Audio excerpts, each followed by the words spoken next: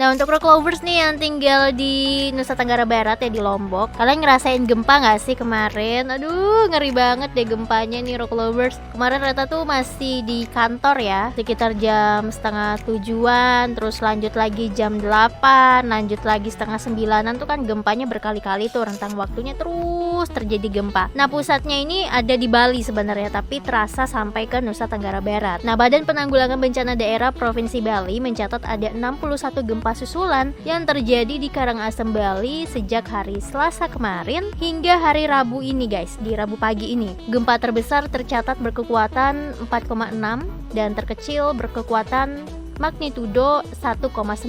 Dan akibat gempa ini sejumlah bangunan itu juga mengalami kerusakan guys, seperti 24 rumah rusak ringan di Kecamatan Kubu, 5 rumah rusak ringan di Kecamatan Manggis, 10 rumah rusak ringan di Kecamatan Karangasem, 2 rumah rusak ringan di Kecamatan Abang, 1 rumah rusak ringan di Kecamatan Rendang, dan 4 rumah rusak ringan di Kecamatan Bebandem. Selain itu tercatat ada 2 korban mengalami luka ringan nih guys. Kepala Pusat BMKG Daryono bilang gempa utama yang terjadi di Karangasem pada hari Selasa kemarin sekitar jam 5:38 waktu Indonesia Barat ini merupakan gempa tektonik. Gempa tercatat berkekuatan magnitudo 5,1. Nah, pusat gempanya di permukaan bumi berjarak sekitar 23 km timur laut Karangasem. Sementara hipocentrum atau pusat gempa di bawah permukaan bumi ada pada kedalaman 10 km. Emang sih kita yang pusatnya di Bali aja, di Lombok itu lumayan loh, rasa banget, sampai pusing kepala, lumayan pusing ya, karena goncangannya lumayan cukup keras ya, apalagi di Balinya yang menjadi pusatnya, bahkan sampai 61 gempa susulan. Wah, semoga aja untuk warga di Bali semuanya baik-baik saja. Tadi ada 2 korban yang mengalami luka ringan bisa kembali pulih lagi ya, dan ya berharapnya sih kita nggak sampai traumanya yang berlarut-larut ya, karena kan untuk di Lombok sendiri itu sebenarnya tahun 2018 terjadi gempa itu untuk pemulihan traumanya itu cukup memakan waktu yang lumayan panjang guys, dan ini ada gempa lagi yang lumayan terasa, pasti buat kita jadi juga wanti-wanti ya. Pokoknya bukan nakut-nakutin, tapi kita semua ya tetap harus waspada, kapanpun tetap harus waspada ya, dan berdoa jangan lupa guys. Oke, kabar selanjutnya datang dari mantan narapidana kasus terorisme Umar Patek yang meminta maaf atas peristiwa bom Bali 1. Umar menyesali perbuatannya dalam tragedi yang menewaskan ratusan orang tersebut. Umar bilang perbuatannya tersebut akan dimintai pertanggungjawaban di akhirat, sudah pasti dong. Dan Umar juga tampak berkaca-kaca serta menangis saat meminta maaf, lalu ia kemudian ditenangkan oleh Ali Fauzi yang saat itu berada di sampingnya. Umar juga meminta maaf kepada warga Bali dan seluruh rakyat Indonesia menderita kerugian yang sangat besar akibat tragedi bom Bali 1. Dan pastinya Umar hanya bisa menyesali perbuatannya dan terus memohon ampun kepada Sang Pencipta dan juga keluarga korban atas tragedi berdarah itu. Dan sekarang nih Umar mengecam keras segala bentuk perilaku intoleran, dan ia mengajak orang-orang yang saat ini masih belum insyaf kembali ke pangkuan NKRI. Sementara Ketua YLP Ali Fauzi Manzi mengakui dan menjadi saksi jika Umar ini telah kembali ke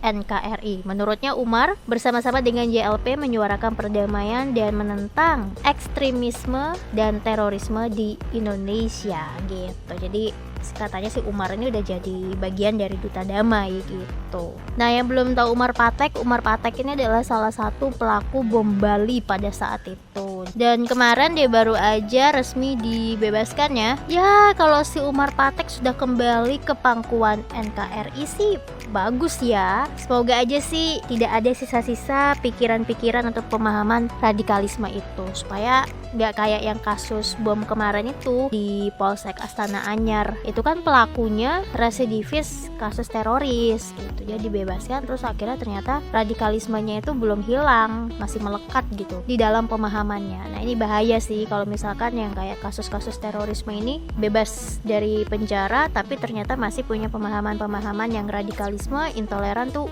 bahaya banget sih, bisa mengancam. Ya pokoknya kita doakan saja rock lovers ya, supaya negeri kita Indonesia ini dijauhkan dari orang-orang yang radikalisme. Kabar selanjutnya, Singapura memenjarakan seorang pria yang ketahuan mengekspor susu stroberi sampai dengan kopi senilai hampir 1 juta US dollar ke Korea Utara. Pengadilan Singapura memvonis 5 minggu penjara pria setelah pelaku ini mengekspor susu stroberi sampai kopi tadi.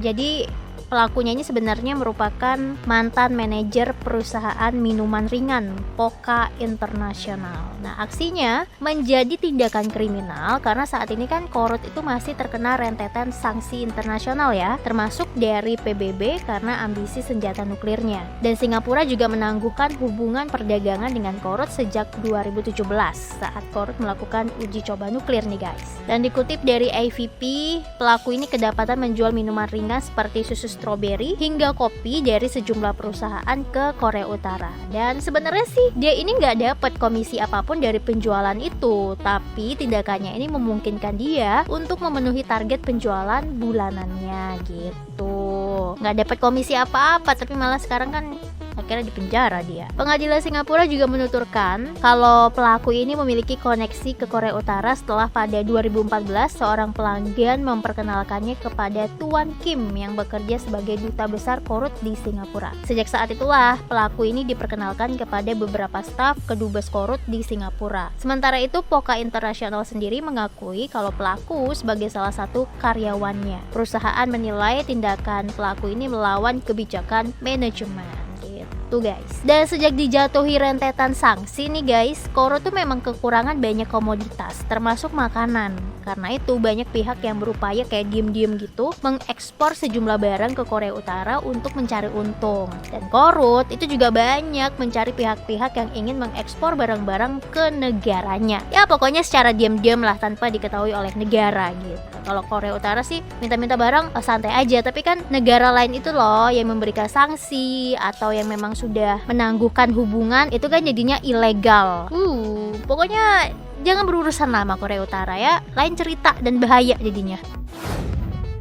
Mending kita lihat aja nih Julian Alvarez yang sukses mencatatkan namanya di papan skor usai menyumbang 2 gol ke gawang Kroasia di babak semifinal Piala Dunia 2022 Rabu dini hari tadi. 2 gol Alvarez ini ditambah 1 gol dari penalti Messi mengantarkan Argentina ke final Piala Dunia. Argentina akan menghadapi pemenang antara Prancis versus Maroko. Ini juga masih menjadi rahasia, kira-kira Prancis dengan Maroko siapa nih yang bakal menjadi lawan dari Argentina saat final nanti. Ini masih teka-teki guys ya. Bisa jadi Maroko, atau Prancis, kita nggak tahu. Nonton aja udah nanti ya. Yang kuat begadang sih. Kalau Reta udah nggak kuat banget jam segitu. Dan Alvarez nih sebenarnya pada masa kecilnya ya, di saat dia masih kecil itu memang mengidolakan Lionel Messi. Hal ini terungkap dari sebuah utas lawas saat ia potret selfie dengan La Pulga, julukan Messi beberapa tahun lalu. Jadi from this to this ya, dari yang mengidolakan akhirnya bisa di lapangan bareng terus mencetak gol lagi. Aduh mantep banget, keren. Salut banget sama Julian Alvarez. Masih muda umurnya tapi semangatnya juga dan skillnya yang luar biasa. Kita juga menunggu ya pertandingan antara Prancis dengan Maroko. Jadi jangan sampai ketinggalan karena final Piala Dunia di depan mata.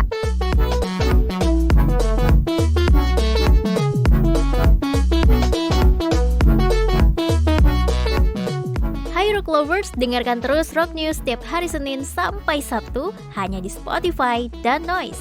Mau info terupdate di HP-mu? Follow Instagramnya di @rocknews_network, Twitter dan TikToknya di @rocknewsnetwork.